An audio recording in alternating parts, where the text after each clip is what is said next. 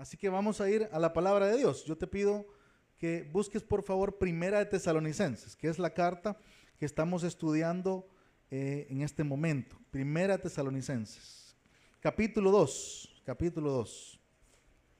Y el mensaje de esta mañana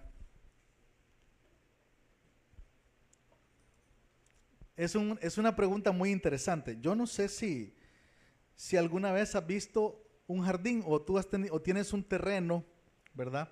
Tienes un terreno o has visto algún terreno de algún hermano o de alguna hermana o de alguna familia tuya, pero no sé si tú te has dado cuenta que a veces hay plantas que crecen y otras que no. ¿Has visto eso? O árboles que empiezan a crecer y de repente se quedaron enanitos y otros que crecen hasta una altura increíble. Y uno se pregunta, ¿por qué hay plantitas que crecen y otras que no? ¿Por qué hay árboles que crecen y otros que no? Y la pregunta que nos vamos a hacer esta mañana tiene que ver con eso. Por eso el mensaje de esta mañana se llama ¿por qué algunos cristianos crecen y otros no? Esa es una buena pregunta, porque hay una realidad. Así como con las plantitas, así como con los arbolitos, hay algunos cristianos que no han crecido y no están creciendo. Y hay otros que tú puedes conocer y tú dices, esta persona ha crecido espiritualmente. ¿Por qué se da eso? ¿Por qué sucede este fenómeno? Lo que queremos estudiar esta mañana es por qué pasa esto y cómo nosotros podemos evitar que nuestro crecimiento espiritual se estanque y ya no sigamos creciendo. Primero te quiero decir, vamos a ver si puedo aquí de alguna manera. Ahí está. La mayoría de los cristianos, fíjate, no queremos quedarnos estancados espiritualmente. Si yo te pregunto hoy, ¿tú te quieres quedar estancado? ¿Qué me dirías?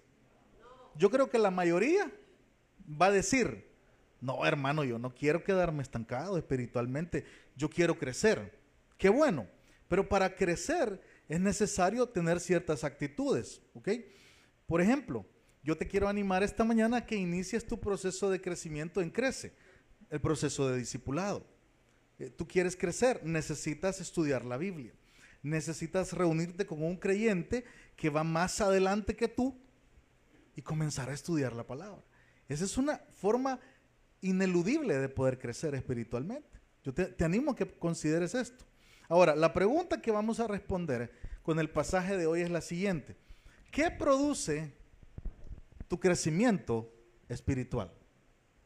¿Qué produce tu crecimiento espiritual? Vente conmigo al pasaje de 1 Tesalonicenses, capítulo 2, versículos del 10 al 12. Solo vamos a ver dos versículos.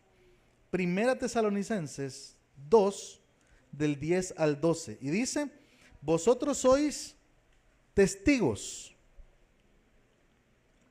Leámoslo todos, hermanos. Vosotros sois testigos, y Dios también, de cuán santa, justa e irreprensiblemente nos comportamos con vosotros los creyentes. Así como también sabéis de qué modo, como el Padre a sus hijos, dice, exhortábamos y consolábamos a cada uno de vosotros y os encargábamos que anduvieseis como es digno de Dios, que os llamó a su reino y su gloria. Ahora, vente conmigo al versículo 13. Por lo cual también nosotros, sin cesar, damos gracias a Dios, de que cuando recibisteis la palabra de Dios, que oísteis de nosotros, la recibisteis no como palabra de hombres, sino según es en verdad la palabra de Dios, la cual actúa en vosotros, los creyentes.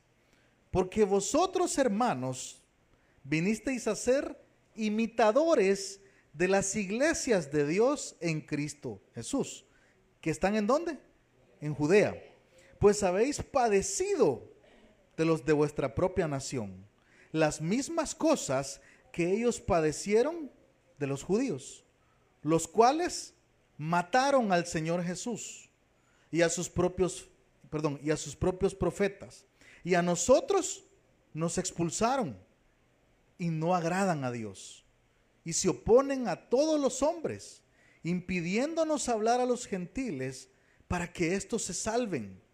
Así colman ellos siempre la medida de sus pecados, pues vino sobre ellos la ira hasta el extremo.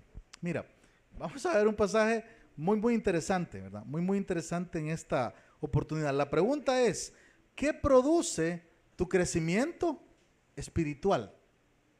¿Qué lo produce? La primera cosa o el primer principio para que tú puedas crecer o qué produce tu crecimiento espiritual es cómo tú tratas con la palabra de Dios.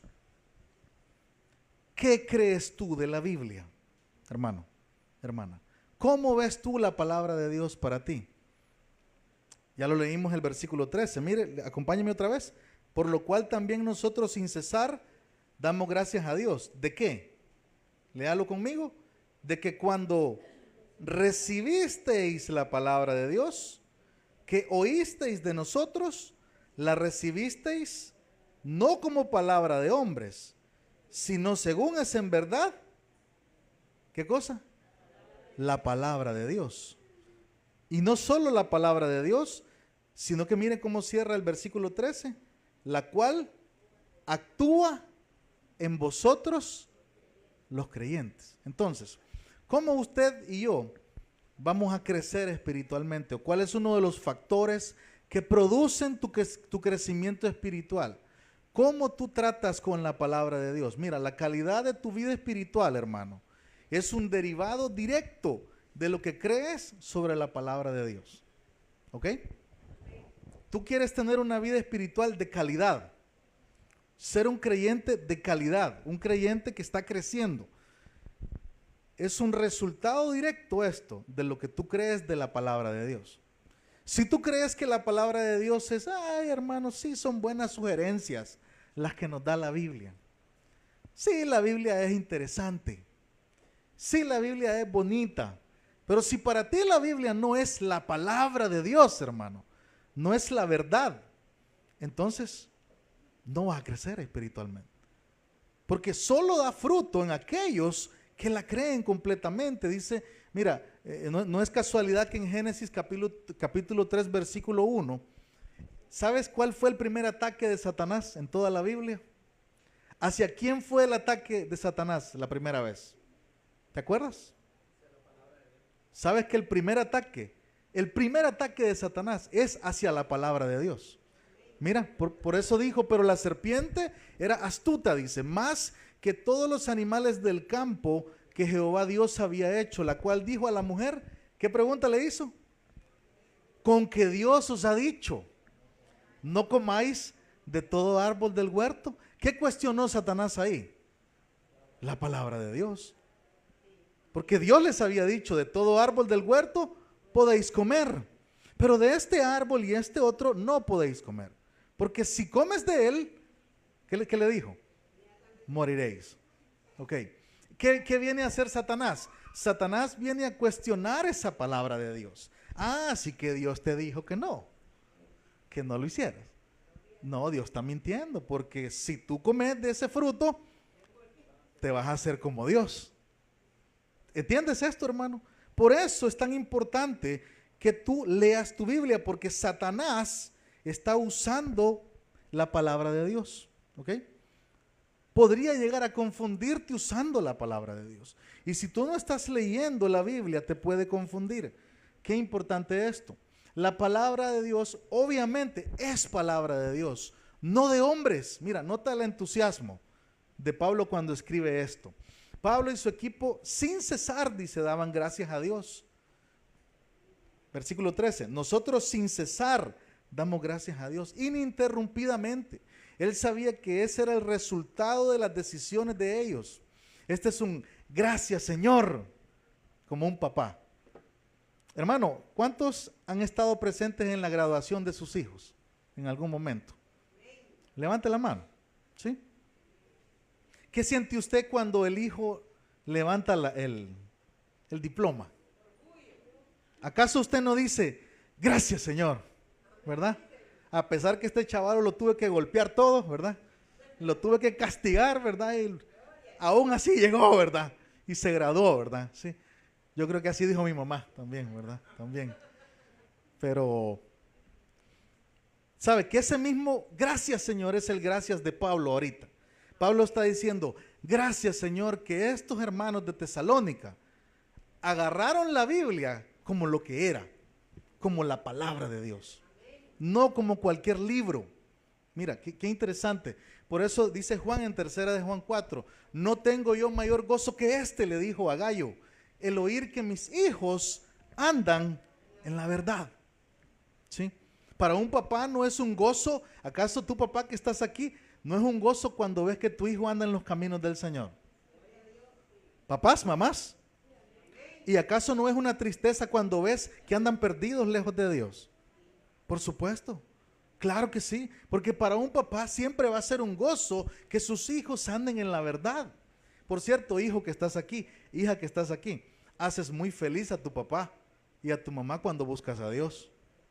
Y le llenas de orgullo, que lo sepas, ¿sí? Es una bendición para cualquier padre, igual que para Pablo era esta iglesia de Tesalónica. Acuérdate, él dijo que ya es su mamá, ¿se acuerda? Como la nodriza les dijo, ¿te acuerdas? Los cuidé. Pero el domingo pasado, antepasado dijo, no, el domingo pasado dijo, como papá dice, los consolé y los exhorté. O sea, Pablo está diciendo, yo les he cuidado de todas las formas posibles. Nota también la elección, fíjate, la palabra recibir. Véngase al versículo 13. Porque ustedes dice que cuando recibisteis la palabra de Dios. La palabra recibir, mi hermano, es la palabra griega, vamos a ver si la puedo pronunciar bien, paralámbano. Es aceptar una responsabilidad y tiene más implicaciones que escuchar solamente. Era más que escuchar o estar presentes cuando se predicó, sino tomar algo con un compromiso de mantenerlo y transmitirlo a otros como parte de una cadena de enseñanza. ¿Sabes? Esta palabra griega, paralámbano, se usa, es la misma palabra cuando va a haber una boda. Cuando el esposo va a recibir a la esposa en la palabra de Dios. ¿Sabes tú eso? Que esta palabra que se usa para recibir la palabra de Dios es la misma palabra para casarse. Fíjate, no está diciendo entonces el texto que tú recibiste la palabra como cualquier cosita, como cualquier librito bonito de historias. No, tú has decidido casarte con ella. Tú has decidido creerla. Mira, dice Mateo 10:40, el que a vosotros recibe, a mí me recibe, dijo Jesús. Y el que me recibe a mí, recibe al que me envió, a Dios. Dice Hechos 2:41, así que, otra vez la misma palabra. ¿Los qué dice? Recibieron su palabra. Arriba, ¿qué dice? El que a vosotros recibe, a mí me recibe. Es la misma palabra en todos estos casos. La palabra recibir, la palabra comprometerse, fíjate. A los que recibieron su palabra fueron bautizados y se añadieron aquel día como 3,000 personas. Entonces, en otras palabras, ¿qué está diciendo aquí? Me comprometo porque lo creo. ¿Sabes? Los que hemos recibido la palabra de Dios, tenemos un compromiso para estudiar la Biblia porque la creemos. No estamos dudando, no decimos, ay, a saber, ¿verdad? A saber si los hombres habrán trastocado este libro, a saber si alguien quizás le ha escrito sus cosas. No, ya pasamos esa etapa. Y yo te propongo que si quieres crecer espiritualmente, tienes que comprometerte a creer la palabra de Dios. La Biblia, mi hermano, es la inspirada, infalible, inerrante y autoritaria palabra de Dios. O sea, sobre la Biblia no hay nada ni nadie. Así de fácil. Y si tú no aprendes a ver la Biblia como la autoridad de tu vida, entonces no vas a crecer espiritualmente. Al menos no como Dios quiere que crezcas. Esto es más que una declaración teológica. ¿A qué nos referimos cuando decimos que es inspirada? ¿Que viene de quién? ¿De quién? De Dios. Sí, hermano, pero la escribieron los hombres. Sí, pero viene inspirada por Dios. ¿Sí? Infalible, que no puede fallar. inerrante, que no puede errar, no se puede equivocar, y autoritaria porque es la única autoridad donde Dios habla, su palabra. Eso es lo que creemos nosotros de la Biblia. Yo te pregunto esta mañana, ¿crees tú eso de la Biblia o no lo crees? Si la Biblia es de los hombres, es un mensaje más entre muchos, hermano. Si es de Dios, su autoridad es absoluta y debe ser la guía para tu vida. Pero si es de hombres, mira, si este libro es de hombres, ni le hagas caso, ni deberíamos de estar sentados aquí.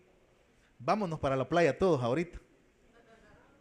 Amén, dicen unos, imagínense. Qué barbaridad, ¿verdad? Ahí sí, ¿verdad? Con la cajita feliz nos vamos, ¿verdad? Todos, ¿verdad? Sí. Deberíamos ir a la playa un día, hermanos. A tener el culto allá, ¿qué le parece? Bien contentos los veo a todos ahorita. ¿Sabes? Si la Biblia es de hombres, tú puedes considerarla. Ay, voy a ver tal vez lo que dice la Biblia. Si la Biblia es de hombres, no le hagas mucho caso. Pero si la Biblia es de Dios, tienes que ponerle toda la atención de tu vida. Porque es el mensaje de Dios. Hebreos 11:3 dice, por la fe entendemos haber sido constituido el universo. ¿Por qué cosa? ¿Por qué cosa? Por la palabra de Dios. ¿Sí? De modo que lo que se ve fue hecho de lo que no se veía. ¿Sabes tú que la palabra de Dios es súper poderosa? ¿Sabes tú que la palabra tiene poder? ¿Pero cuál palabra? Las tuyas no, ni las mías. La palabra de Dios. Este libro es el que tiene poder, porque aquí están las palabras de Dios. Y cuando Dios habla, las cosas suceden. Cuando Dios habló, se creó el universo. Cuando Dios dijo sea la luz, existió la luz. Cuando Dios dijo que exista el hombre, existimos. Así de fácil. Mira, hermano, súper poderosa. Sugerencias y consejos versus órdenes y preceptos. ¿Cómo ves tú la Biblia? Yo te pregunto esta mañana, ¿la ves como las sugerencias y los consejos de Dios? Porque si alguien te hace una sugerencia o un consejo, tú puedes decir, no, el consejo que me dio mi amigo no me gusta, no me conviene. Pues no lo voy a hacer. ¿O crees que es la palabra de Dios? La palabra de Dios no nos da sugerencias ni consejitos, hermanos. La palabra de Dios nos da órdenes y preceptos de Dios. Dios ordena cómo debemos de vivir. Dios ordena cómo debes de llevar tu matrimonio, tus finanzas, tu carácter, tu vida. Y nos corresponde a nosotros, ¿qué nos corresponde? Si es la palabra de Dios, obedecer. Y de esa forma vamos creciendo espiritualmente. ¿Ok? Si no, no crecemos. Mira, una verdad entre muchas versus la única verdad. Si la Biblia es de hombres, es una verdad entre muchas, así como cualquier otro tipo de religión que tú te puedas imaginar. Pero si es de Dios, es la única verdad y no hay otra. Solo la Biblia. Es a considerar versus a obedecer. Tú puedes decir sí, tal vez, o puedes decir voy a obedecer. Nota el entusiasmo de Pablo, dando gracias a Dios. Nota la elección que ellos hicieron. Vente al versículo 13 otra vez. Por lo cual también nosotros sin cesar damos gracias a Dios. Gracias a Dios. Gracias que mis hijos recibieron la palabra de Dios. Dice que oísteis de nosotros, la recibisteis no como palabra de hombres, sino según es en verdad. ¿Qué dice? La palabra de Dios. ¿Y cuál es el efecto? Lea la última frase de ese versículo. La cual actúa en vosotros los creyentes. Nota también los efectos entonces de elegir creer en la palabra de Dios. Hay una relación estrecha entre la palabra de Dios y la fe, mi hermano. Conocemos Romanos 17, que dice, la fe viene por el oír y el oír por la palabra de Dios. ¿Ok? Eso dice. La palabra produce fe, pero la fe activa el efecto positivo de la palabra en nuestras vidas. O sea, si usted obedece la Biblia, pero a la fuerza y no la cree, no va a actuar en usted la palabra de Dios. La Biblia actúa, lea la frase otra vez conmigo. La última frase, léalo por favor. La cual actúa, ¿en quiénes? Entonces, ¿quiénes somos los creyentes? ¿Qué hace un creyente? ¿Por qué se llama creyente? Porque cree. Y yo sé que, sí, porque cree, ¿verdad? Sí, pero es que es obvio, yo sé que es obvio, pero no creemos a veces la palabra de Dios, hermano, la cual actúa en vosotros los que creen. Pero si yo estoy diciendo, no, es que a saber, ¿verdad? Entonces la palabra no va a tener ningún efecto sobre tu vida, mi hermano. Viera que yo como leo y leo y leo y leo y leo. La pregunta no es si lee y lee y lee, la pregunta es si cree. Porque si cree va a obedecer lo que dice la palabra. Si usted no está obedeciendo la palabra, no la cree, así de fácil. Podemos decir que la creemos, pero si no la obedecemos, es una señal que no la estamos creyendo. Hebreos 4 del 1 al 2 dice, temamos pues, no sea que permaneciendo aún la promesa de entrar en su reposo, alguno de vosotros parezca no haberlo alcanzado, porque también a nosotros se nos ha anunciado la buena nueva como a ellos. Y mire, pero no les aprovechó, ¿qué cosa? El oír la palabra, por no ir acompañada de ¿qué? De fe en los que la oyeron. Mi hermano, la Biblia tiene poco o ningún efecto en la vida de quienes no la creen. Si yo la oigo, yo vengo a oír la palabra, si yo la leo, está bien que la oigas y la leas, tienes que hacerlo, pero la pregunta es si la crees.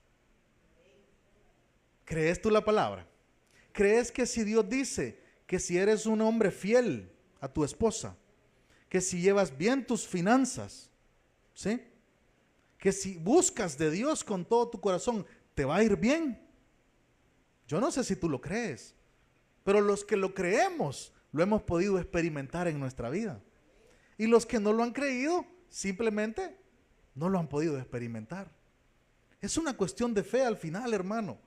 Hebreos 4:12, porque la palabra de Dios, mira lo que es que viva y eficaz. ¿Qué significa eficaz? Que logra mucho. Viva y eficaz y más cortante que toda espada de dos filos y penetra, dice, hasta partir el alma y el espíritu, las coyunturas y los tuétanos, y discierne los pensamientos y las intenciones del corazón. Mi hermano, la Biblia tiene mucho efecto en la vida de quienes sí la creemos. ¿De cuáles eres tú? Por eso cierro este primer punto preguntándote, ¿qué crees tú sobre la Biblia? No lo que cree tu pastor, yo creo algo sobre la palabra. No lo que cree tu abuelita, no lo que cree tu esposo, tu esposa, tus papás. No, ¿qué crees tú hoy? ¿Crees que es de Dios o que es de los hombres? Ojalá que creas que es de Dios. ¿Tiene autoridad sobre tu vida o no la palabra de Dios? O sea, la Biblia te dice, debes dejar de hacer esto y tú lo haces. O la Biblia te dice, debes hacer esto y tú lo haces. Porque eso significa que tenga autoridad. Si tiene autoridad, me dice algo y yo lo hago. Sin estar preguntando, sin estarme quejando, sin estar criticando. Lo hago. Contiene sugerencias o mandamientos para ti la palabra de Dios. Si no la crees, vas a pensar que son sugerencias. Si la crees, vas a entender que son los mandamientos y los principios de Dios. Para que los hombres funcionemos bien. Y para cerrar, hay efectos visibles de tu obediencia, mi hermano. O hay efectos visibles de tu desobediencia a la palabra de Dios. Porque también la desobediencia se nota en la vida de nosotros. ¿Estás creciendo o no estás creciendo? Primer punto, tú vas a crecer en la medida que creas y obedezcas la palabra de Dios. Yo no sé si estás creciendo ahorita, pero es una decisión que debes tomar. Número 2, entonces, ¿qué produce tu crecimiento espiritual? ¿Cómo tratas con las personas de Dios?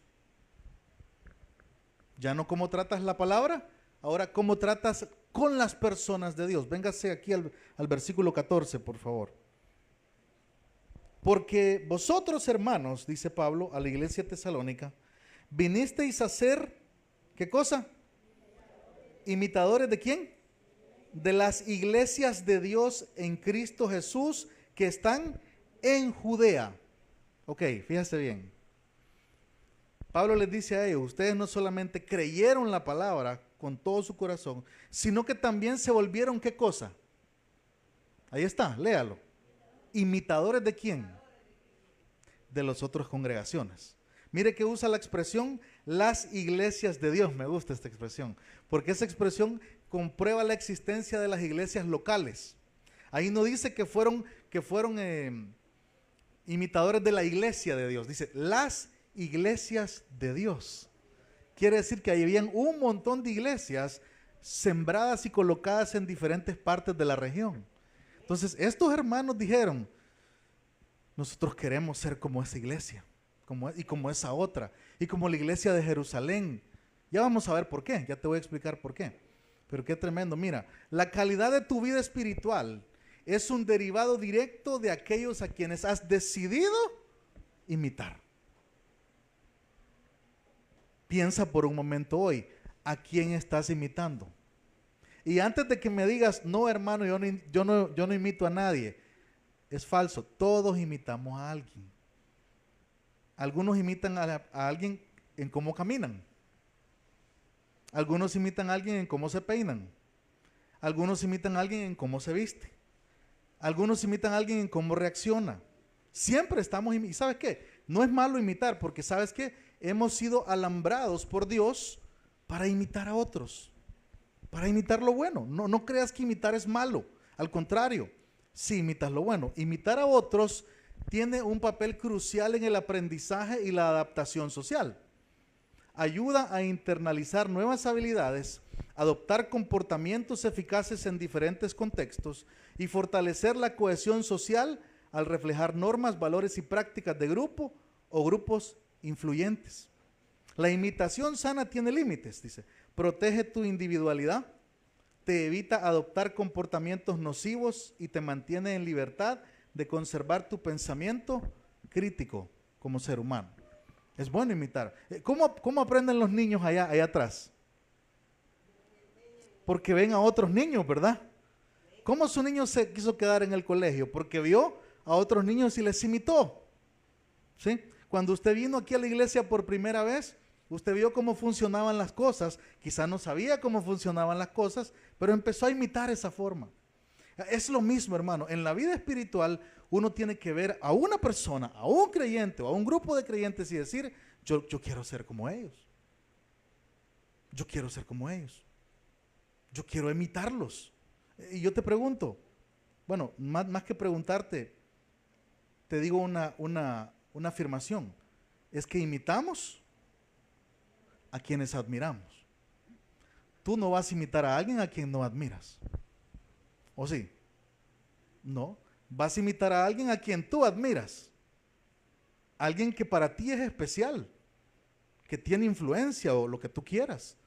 ¿A quiénes estás imitando? Yo te pregunto esta mañana.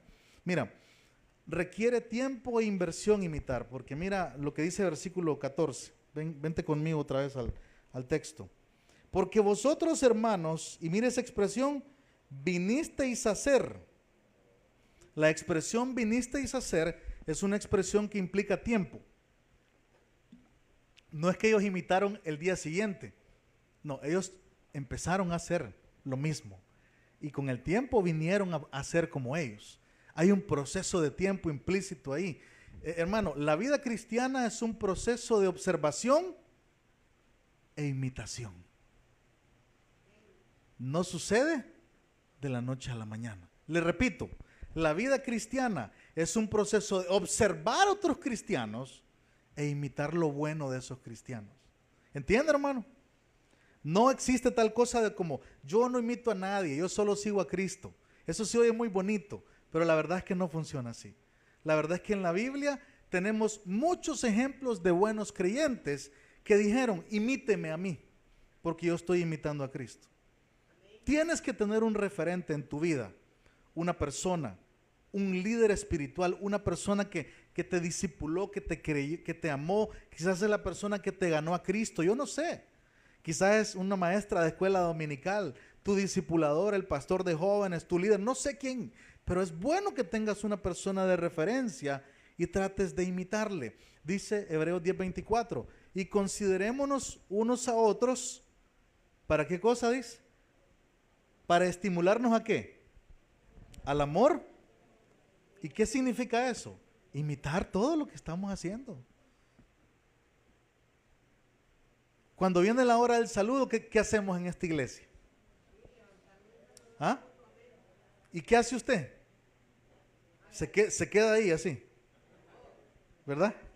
No, imita el comportamiento de los hermanos. Se levanta y comienza a abrazar. Y ¿qué tal? Y en ese proceso de observación e imitación, usted va conociendo a la gente. ¿Se entiende?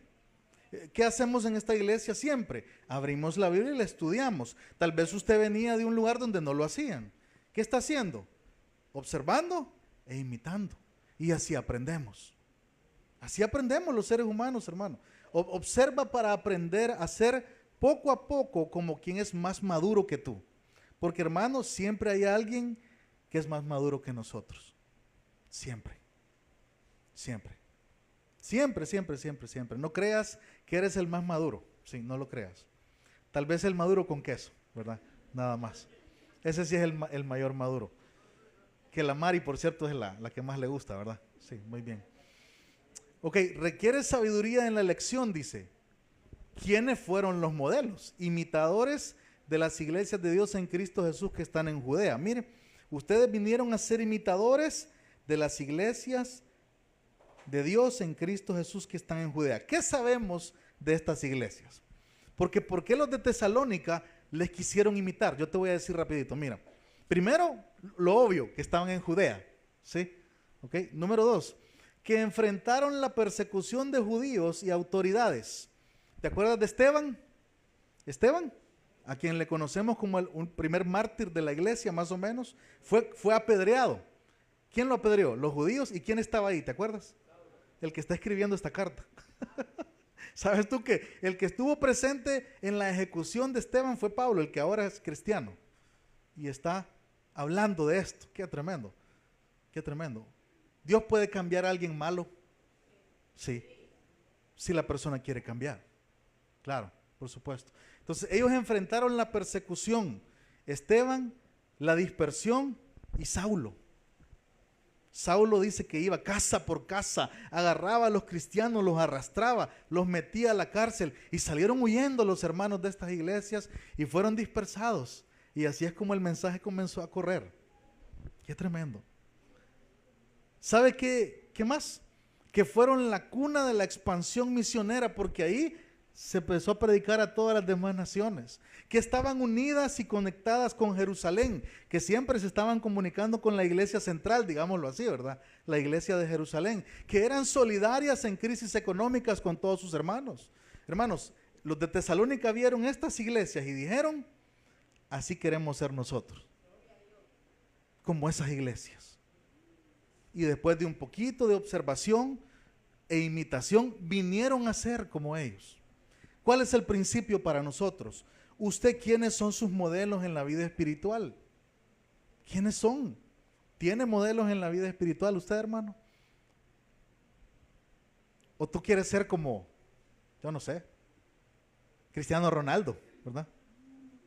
Aquí hay alguien que quiere ser como Cristiano Ronaldo, ¿verdad? Pero no voy a decir su nombre, no voy a decir su nombre, ¿verdad? Estoy molestando. O yo no sé cómo quieres ser tú.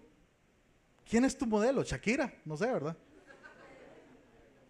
Las mujeres no lloran, las mujeres facturan, ¿verdad? Ese es tu modelo, yo no sé. La doctora Polo. Caso cerrado, vas a decir, ¿verdad? También. Yo no sé quiénes son tus modelos, pero te quiero decir algo. Si quieres crecer espiritualmente, tienes que buscar modelos espirituales. Tienes que buscar personas que estén creciendo en el Señor y tú puedas ver su vida y decir, esta persona, ahí está, yo quiero ser como él. No es que le vas a idolatrar, pero le vas a querer imitar. Qué tremendo, mira, requiere sabiduría en la elección. Cada quien escoge sus modelos. 1 Corintios 4:16, Pablo dijo, por tanto os ruego, ¿qué dijo? ¿Sabes qué dijo? Que me imitéis, dijo Pablo. ¿Por qué? Porque Pablo era el mejor, no porque él estaba imitando a Cristo. En 1 Corintios 11:1 dijo, sed imitadores de mí, así como yo de Cristo. No tenía temor de decirlo. En Hebreos 6:12 dice, a fin de que no os hagáis perezosos, sino imitadores de aquellos que por la fe y la paciencia heredan las promesas. La vida cristiana, hermano, se lo repito, es un proceso de observación e imitación para aprender. ¿A quiénes usted está observando? ¿A quiénes usted está imitando? Jesús es la meta, claro, por supuesto. Pero la realidad es que Jesús no está ahora físicamente presente entre nosotros. Necesitamos ver ejemplos palpables, ejemplos de carne y hueso, ejemplos de hombres y mujeres que quieran hacer las cosas bien. Aquí puede encontrar varios usted. No perfección, no estamos hablando de perfección aquí. Estamos hablando de personas que quieren crecer espiritualmente. ¿Quiénes son sus modelos? ¿A quién está usted queriendo imitar? Porque se oye bonito otra vez decir, hermano, yo no sigo a hombres, yo sigo a Dios. Yo entiendo eso y se oye bien. Pero tú necesitas ver a alguien. Necesitas ver la vida de una persona que está creciendo para imitarle. ¿Qué piensas de los otros cristianos en general? Con esto vamos a cerrar esta parte. ¿Sabe que muchos hermanos dicen, es que mire hermano, yo no quiero imitar a nadie de la iglesia porque todos son hipócritas? ¿Verdad que todos son hipócritas? No, ¿verdad? No necesariamente, pero tenemos esas ideas en la cabeza. No, es que ahí no me gusta. Es que ahí todos, bien fresa, todos, ¿verdad? No sé. Es que ahí, a saber qué se creen. Es que entonces, si tú siempre estás poniendo excusas y pretextos para no imitar a nadie, nunca vas a crecer espiritualmente, hermano. Nunca. Perdóname, pero nunca vas a crecer. Nunca vas a crecer como Dios quiere que crezcas. Tienes que entender que dentro de nuestra imperfección hay personas que podemos imitar. ¿Sí? ¿O acaso no vemos imperfectos aquí? ¿Cuántos de los que estamos aquí somos imperfectos? ¿Sí? ¿Cuántas veces se ha equivocado usted? Yo solo una vez, fíjese. ¿Y por qué se ríe? Pues si no le he dicho, ¿por qué? Yo solo me he equivocado, así me dijo un hermano una vez. Fíjese que yo solo me he equivocado una vez, me dijo. La vez que pensé que me había equivocado, me dijo. ¡Hala! Dije yo, qué bárbaro este sí. Pero mira, ¿qué piensas de los otros cristianos en general? Porque si tú no crees que alguien te puede enseñar o que tú puedes aprender algo, nunca vas a aprender de nadie. ¿A quién imitas en tu vida? ¿Quiénes son tus modelos de vida? Más, ¿qué diría Dios de tus modelos? Yo te pido que pienses a quién quieres imitar y qué piensa Dios de esa persona. Ponte a pensar. A lo mejor tienes que cambiar el modelo de vida. ¿Ok, hermanos? Amén. Entonces, primero es, ¿cómo tratas con qué? ¿Cómo vas a crecer? ¿Cómo tratas con la palabra de Dios? ¿La crees y la obedeces? Así creces. No la crees y no la obedeces, no creces espiritualmente. Número 2, ¿cómo tratas con las personas de Dios? ¿Tienes modelos en que tú dices, voy a ser como ellos, les quiero imitar? Porque si tienes esos modelos, vas a crecer. Pero viene la tercera. Y la tercera es quizás no la más complicada, pero es complicada. ¿Cómo tratas con la persecución por la causa de Dios? Fíjate bien. Vente conmigo, por favor, al versículo 14. Vente.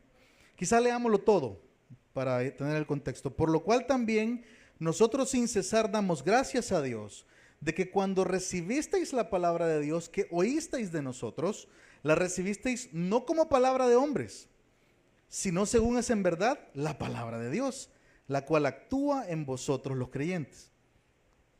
Porque vosotros, hermanos, vinisteis a ser imitadores de las iglesias de Dios en Cristo Jesús, que están en Judea, pues habéis padecido de los de vuestra propia nación las mismas cosas que ellos padecieron. ¿De quién? De los judíos. Esta iglesia de Tesalónica, ¿qué fue lo primero que hizo? Padeció, hermano. Mire, el final del versículo 14. Pues habéis padecido de los de vuestra propia nación las mismas cosas que ellos padecieron de los judíos. ¿Qué hicieron los judíos? Versículo 15, los cuales, ¿qué dice? ¿Quiénes mataron al Señor Jesucristo? Qué tremendo, ¿verdad? Quizá lo ejecutaron los romanos, pero quienes lo querían matar fueron su propio pueblo, los judíos. Lo dice Pablo clarito aquí. Los cuales mataron al Señor Jesús y a sus propios profetas, y a nosotros nos expulsaron. Y no agradan a Dios y se oponen a todos los hombres, impidiéndonos hablar a los gentiles para que éstos se salven. Así colman ellos siempre la medida de sus pecados, pues vino sobre ellos la ira hasta el extremo. Entonces, hermano, ¿cómo crecemos espiritualmente? Número 3, ¿cómo usted lidia con la persecución por la causa de la palabra de Dios? Mira, la calidad de tu vida espiritual es un derivado directo de cómo manejas la persecución. Y cuando estoy hablando de persecución, no te estoy hablando de pruebas, ¿ok? No te estoy hablando de que se te pinchó la llanta del carro, de que se te arruinó el celular, de que te quedaste sin trabajo. Esa no es persecución, esas son pruebas, ¿ok? Te estoy hablando de cuando las cosas en tu familia, en tu trabajo, en la colonia, se empiezan a poner difíciles porque tú eres cristiano. De eso te estoy hablando. De cuando comenzamos a sentir cierta presión de otras personas porque somos creyentes. Esa es persecución. No son pruebas. No estamos hablando de pruebas. Mira, alguien dijo una vez, el problema con los cristianos de nuestros días es que nadie quiere matarlos. Hablando de que son muy cómodos. Porque a los cristianos que trastornaron el mundo, todo el mundo los quería matar. Porque eran tan influyentes, eran tan tremendos a la hora de predicar, que tenían que exterminarlos, querían eliminarlos, pero no pudieron. Porque otra vez, nadie puede contra la palabra y la iglesia de Dios. Ahora, esta es una idea que no es del todo cierta, porque en muchos lugares sí hay persecución física contra los creyentes, mayormente en el Oriente Medio y estos países, donde ser cristiano es ilegal, es un delito básicamente, ¿sí? ¿Ok? En nuestra región todavía no tenemos esto. ¿Por qué viene la persecución entonces, hermano? Por cómo el mundo ve, ¿a quién? A Jesús. En otras palabras, fíjate, ¿por qué la gente te va a perseguir como cristiano? No por ti, es porque tú estás siguiendo ¿a quién? A Jesús. Entonces, ¿realmente la persecución contra quién es? Contra Jesús. Te lo voy a mostrar, mira. Padecido, véngase al versículo 14, versículo 15. Bueno, al final del versículo 14 dice, ustedes han padecido de vuestra propia nación las mismas cosas que ellos padecieron de los judíos. Esta palabra, padecer, habla de experimentar una sensación dolorosa. Pablo les recuerda los límites extremos de la persecución. Mataron a Jesús, llegaron a matar al Señor Jesús, los judíos. Esta violencia se extiende como hasta sus propios profetas. Pasaron un momento difícil esta iglesia. Esta iglesia la pasó mal.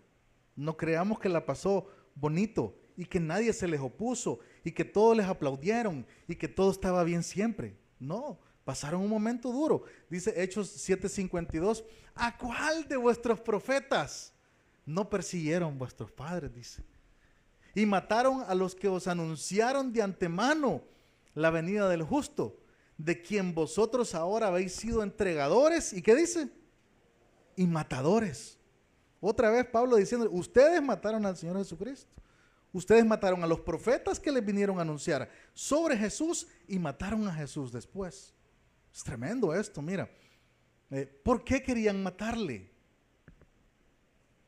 ¿Por qué? ¿Por qué quiere la gente oponerse a los cristianos? Y yo te voy a decir por qué. Porque Jesús no ha venido para ser un amigo solamente tuyo. Jesús no ha venido para ser un brother, amor y paz y todo bien. No, Jesús ha venido para ser el rey de tu vida. Él ha venido para gobernar. Yo te dije al principio, ¿qué cantamos cuando decimos Él es el rey? ¿Qué estamos diciendo? Que Él gobierna.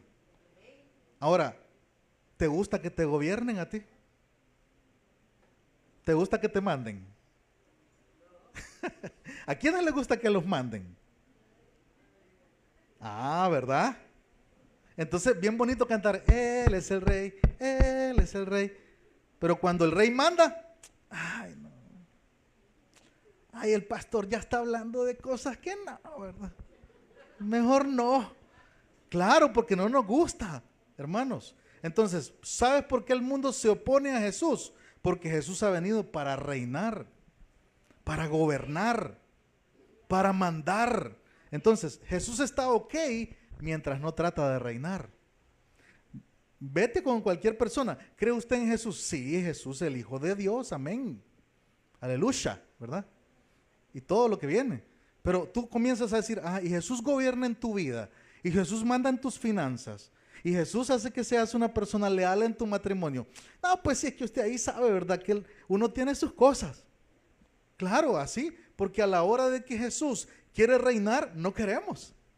¿Sabes qué dijeron los judíos? Cuando Jesús dijo, yo soy Dios, yo y el Padre uno somos, yo he venido para reinar. ¿Saben qué dijeron?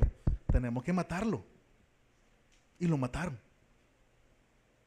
Lo persiguieron hasta que lo mataron. ¿Por qué lo mataron? Porque quería reinar.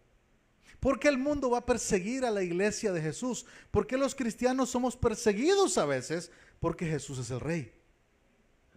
Por eso, no por otra cosa, hermano. Por como el mundo ve a Jesús viene la persecución, pero número 2, por como el mundo ve a sus seguidores también. ¿Sí? La persecución ha sido una constante a lo largo de los siglos, mi hermano. En la medida que el cristianismo se ha vuelto cultural, su fuerza espiritual se ha disminuido. Ahora tenemos iglesias como esta, o lugares como estos en donde es bonito estar. Yo lo decía esta semana en los círculos de vida. Nunca va a encontrar usted en el Nuevo Testamento una iglesia que tuviera templo. Las iglesias, ¿dónde estaban en el Nuevo Testamento? En las casas. No existían los templos para las iglesias en el Nuevo Testamento. La única iglesia que tenía templo era la iglesia de Jerusalén, porque a los judíos sí se les ordenó construir un templo. Pero ¿qué nos dice a nosotros? Vosotros sois el templo. O sea, ¿nosotros necesitamos un templo para ser iglesia? No. Ahora, si Dios nos lo da, gloria a Dios, ¿verdad? Y usémoslo. Pero si no, no importa, porque el templo somos nosotros.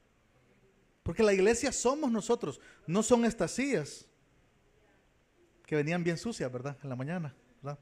Y tuvimos que limpiar, pero bueno. No es este lugar que está precioso, ¿verdad? Que nos lo han prestado, gloria a Dios. Pero no es esto la iglesia. Somos, mire, ¿quiénes somos? Y donde nos reunamos, ¿sabe? Ahí va a estar la iglesia.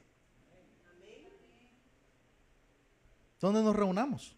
Ahí va a estar la iglesia. Porque la iglesia no son edificios, no son instituciones, no es un papel que nos va a decir tú eres una iglesia. La iglesia somos los cristianos, los creyentes. Obviamente tenemos que cumplir todos los requerimientos, evidentemente, y lo vamos a hacer con gusto.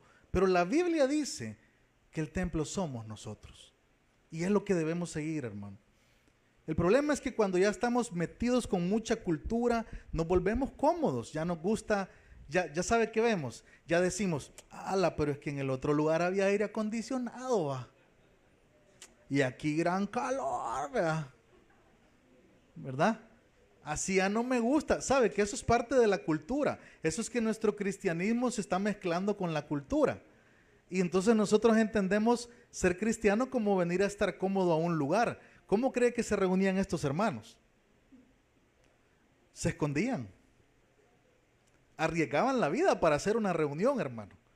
Y nosotros, ya con cajita feliz, ¿verdad? Contento, ¿verdad? Leo, ¿vamos a tener cajita feliz? Ya no. Va a quedar en la calle, dice Leo. Ay, hombre. Pero sabe, es bonito, sí es bonito compartir, pero el cristianismo se va debilitando porque perdemos la capacidad de padecer por las cosas de Dios. Porque una vez que me dicen, ay, usted es cristiano, ay, usted es aleluya, ya le lavaron el cerebro, ¿verdad? Usted de esos que andan ahí, aleluya, ya uno se siente, ya no voy a decir nada porque ya me dijeron, No aguantamos nada, hermano, a veces. Estos hermanos aguantaron todo. Y nosotros no queremos aguantar ni que nos digan aleluya. ¿Sí? Segunda de Timoteo 3:12. Mira, ¿a cuántos le gustan las promesas de Dios? Te voy a dar una. Y también todos los que quieren vivir piadosamente en Cristo Jesús padecerán persecución. ¿Te gusta esa promesa de Dios? No, creo que no te gusta. Es que mira, hermano, nos gustan las promesas de tú eres cabeza y no cola, vas a conquistar donde vaya la planta de tu pie, cosas que por cierto no están en el Nuevo Testamento, no son parte para la iglesia, pero esta sí es una promesa para la iglesia. Te la voy a dar. ¿Tú quieres seguir a Cristo? Vas a padecer persecución. Te lo prometo, porque Jesús lo prometió. La pregunta es si estás dispuesto. La pregunta es si vas a seguir adelante o te vas a rendir. Esta es una promesa que está llegando a nuestra realidad. ¿Por qué viene la persecución? Por cómo el mundo ve a Jesús, por cómo el mundo ve a sus seguidores, pero por cómo el mundo ve la causa de Jesús. ¿Cuál es la causa de Jesús? La meta, mi hermano, no es matarnos, es matar el avance del reino. Véngase al versículo 15. Los cuales, dice, mataron al Señor Jesús y a sus propios profetas y a nosotros nos expulsaron. Y no agradan a Dios y se oponen a todos los hombres. Y lea el versículo 16. ¿Cuál es el objetivo de la persecución? Léalo. Impidiéndonos hablar a los gentiles para que estos se salven. Ese es el propósito. ¿Sabe que el propósito es impedir el avance del reino de Dios? Siempre. Es que la gente se salve. ¿Para qué hacemos esta iglesia? ¿Para qué hacemos campañas? ¿Para qué evangelizamos? ¿Para qué, hermanos? Para que la gente conozca a Jesucristo. Para que la gente se salve. Satanás quiere evitar eso. Y vas a ser perseguido. En tu casa, probablemente. En la oficina, probablemente. En el colegio. En la universidad. Donde sea. Va a haber alguien que te va a decir, ¿y usted es cristiano? De verdad. Usted es de esos que andan cantando ahí raros, ¿verdad? Podría ser. ¿Y qué vas a hacer en ese momento? Mi hermano, es para callarnos. Si se puede hacer por hacernos tener temor social o vergüenza, el enemigo habrá logrado más que lo que trató de hacer en la iglesia primitiva, ¿sabes? El objetivo no es matarte físicamente. El objetivo de Satanás es que te calles por temor, que te calles porque no quieres que te digan nada por ser cristiano. Si tú dices, si yo digo, hermano, ya no voy a decir nada, mejor me voy a callar, ya no voy a hablarle a nadie de Cristo porque mucho problema. ¿Sabe que Satanás ha ganado buena parte de la batalla? Porque lo que quiere es impedir que hablemos para que otros se salven. Tú tienes que hablar, hermano. Amén. Yo tengo que hablar. Hablar no significa pelear. Hablar no significa ultrajar. Hablar no significa criticar. Hablar significa hablar la palabra de Dios. Y mientras nos mantengamos haciendo eso, estamos avanzando al reino de Dios. Tenemos que hacerlo. La persecución, mi hermano, última no es contra nosotros, es contra el reino de Dios. Este mundo no quiere sujetarse a Jesús. Efesios 6:19, y por fin, dice, y por mí, a fin de que al abrir mi boca, decía Pablo que él pedía oración por él, me sea dada palabra para dar a conocer con denuedo el misterio del evangelio, por el cual soy embajador en cadenas, que con denuedo hable de él. ¿Qué dice? ¿Cómo debo hablar? ¿Tenemos que hablar de Jesús o no nosotros? Hagámoslo. Hermano, ¿cuál es la enseñanza para nosotros hoy? Sigamos evangelizando. Sigamos de todas las formas posibles. No importa cómo, hazlo, haz tu trabajo. Ojo, si nunca has sentido persecución, es porque quizá nunca has tratado de avanzar el reino de Dios. Porque los creyentes que estamos tratando de avanzar el reino, podríamos llegar a sentir cierta presión. Entonces, hermano, ¿cómo cerramos esta enseñanza de hoy? ¿Cómo manejas la presión por tus creencias en el mundo en el que te desenvuelves? ¿En qué mundo te desenvuelves? Ponte a pensar ahorita, ¿en qué mundo te desenvuelves? ¿En los negocios, en los estudios, en las empresas, en un trabajo, en el colegio? No sé. Pero yo te pregunto hoy, ¿cómo manejas la presión por tus creencias? Porque tú eres creyente. ¿Te has sentido cohibido o cohibida a hablar de Jesús, hermana o hermano? ¿Alguna vez tú has dicho, no, mejor no, ya no? Si has dicho eso, estamos perdiendo la batalla contra Satanás. No tenemos que perderla, tenemos que seguir. ¿Hace esa presión que te quedes callado o callada? ¿Qué crees que pasaría entonces si la presión no fuera solo social, sino física? Muchos no vuelven a hablar de Cristo en su vida, probablemente. Crecemos, resumen de hoy, resumen. ¿Cómo vamos a crecer espiritualmente, hermanos? Léalo conmigo, por favor. Crecemos por cómo tratamos la Biblia. Crecemos por cómo escogemos a nuestros modelos de vida, quién vamos a imitar. Y crecemos por cómo manejamos la presión por nuestras convicciones cristianas. Yo te dije hoy que íbamos a responder la pregunta, ¿qué produce tu crecimiento espiritual? ¿Cómo tratas la palabra? ¿Cómo tratas las personas de Dios si las imitas?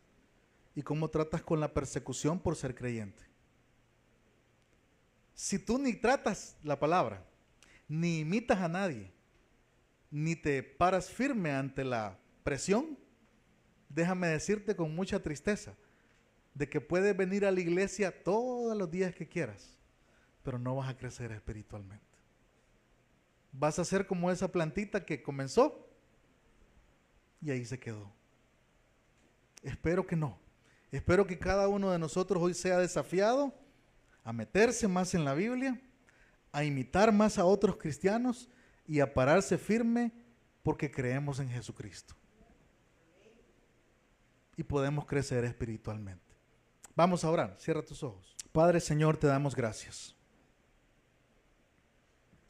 Gracias por la oportunidad, Señor, por el privilegio de estar acá, Señor, esta mañana.